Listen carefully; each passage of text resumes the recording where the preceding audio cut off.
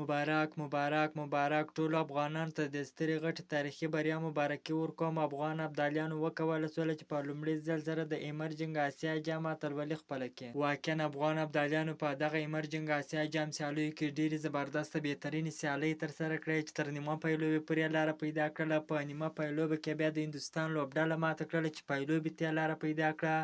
په پیلوبه کې د سریلانکا لوبډله دغسې ماته کړله چې په 7 ویکټو په توپیر یې ستره ماته ورکړله او د 2024 ایمرجنګ اسیا جام اتلولي یې خپله کړه. د ایمرجنګ اسیا جام سیالیو کې د افغان ابدالیانو په ګټه په توپونه کې صدیق الله تل په هره لوبه کې ډېره زبردسته بهترینه توپونه ترسره کړله چې خپله لوبډله به یې تر بریا پورې ورسول.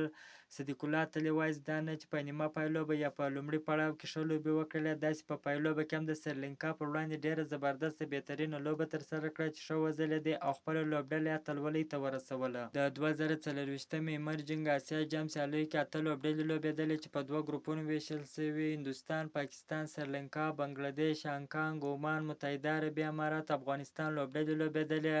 خو افغانستان لوبډلې دا ځل ثابته کړله چې د 2024 ایمرجنګ اسیا جام اتلولي یې وګټله او دغه اتلولي د ټولو افغانانو ته په 1000 واره مبارک وي. په دغه ایمرجنګ اسیا جام سیالیو کې د افغانستان توپ اچوونکو هم ښه توپ اچونه ترسره کړله، په خاصه توګه ځوانانو ډېره زبردسته بهترینه توپ اچونه ترسره کړله.